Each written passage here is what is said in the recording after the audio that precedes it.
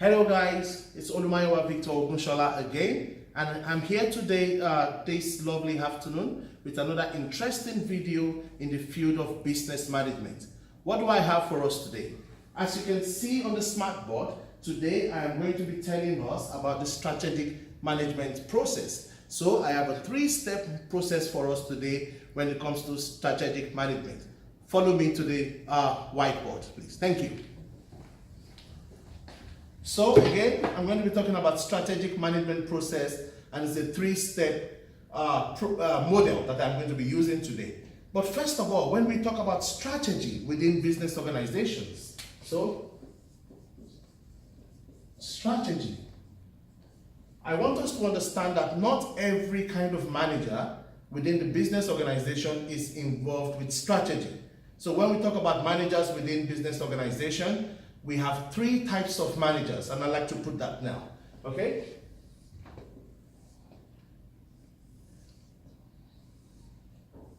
At the lower level of the ladder, managerial ladder, we have the operational managers.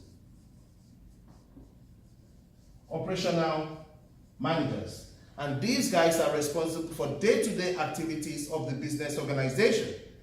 At the mid-level of our managerial ladder, we have what we call the tactical managers. Tactical managers. And these tactical managers are responsible for mid-level organizational activities. And on the very top level of the managerial ladder, we have the strategic managers. Strategic managers. And the strategic managers are in charge of long-term plans of the business organization. As you can see, the tactical managers are usually a kind of link between the operational managers and the strategic managers. So going back to the topic for the day, which is strategic management process, you can see that the strategic managers are responsible for strategy within business organizations. I have to clean that now, please.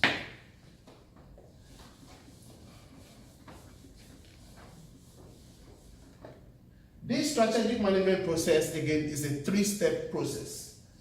3-step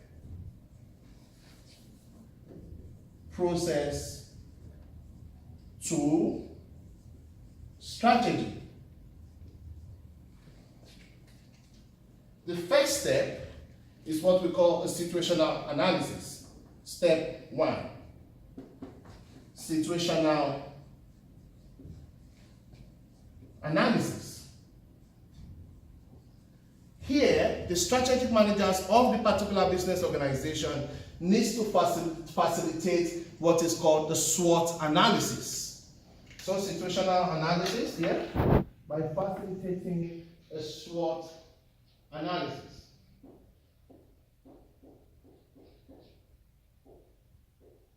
This is the first step. So the strategic managers needs to identify the strengths of the organization and then capitalize on the strengths.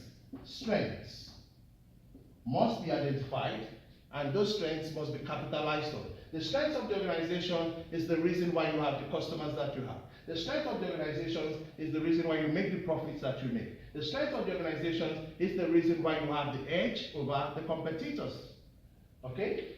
What we have next is called the weakness. I don't like to call this for weakness, I like to say areas for improvement, okay? So the strategic managers have to identify the weaknesses, that is the areas for improvement within the organization. You can get that from the feedback from your customers. What are the customers complaining about? What are the customers not happy about? Then you can put this down, okay? Areas for improvement.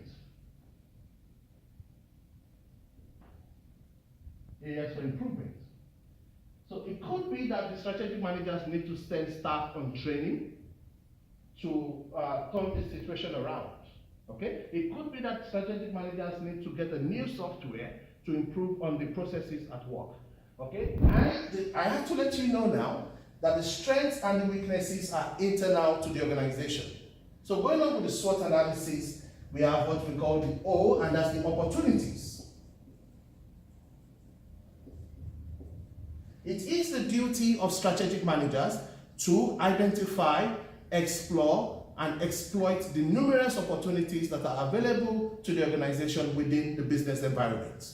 So as a strategic manager, you say, look at the business environment, identify the opportunities, explore these opportunities, and make sure that your organization exploits these opportunities.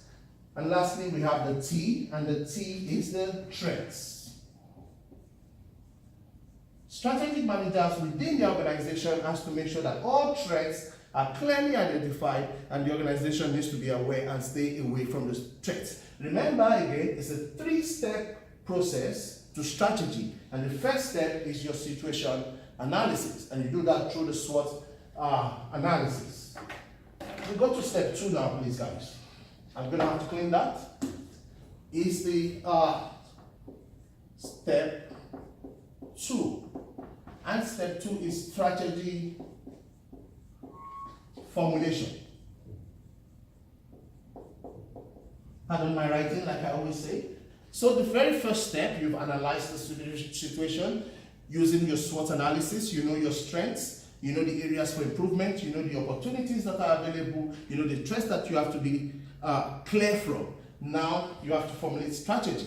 So this could be putting together various options, looking at them, and carefully choosing a particular strategy. Of course, you might have more than one strategy, but you have to carefully look at all the strategies, evaluate all the different strategies, and come up with one particular strategy, okay? And that's the step 2. And the very last step is step 3, and this is where you implement the strategy implementation.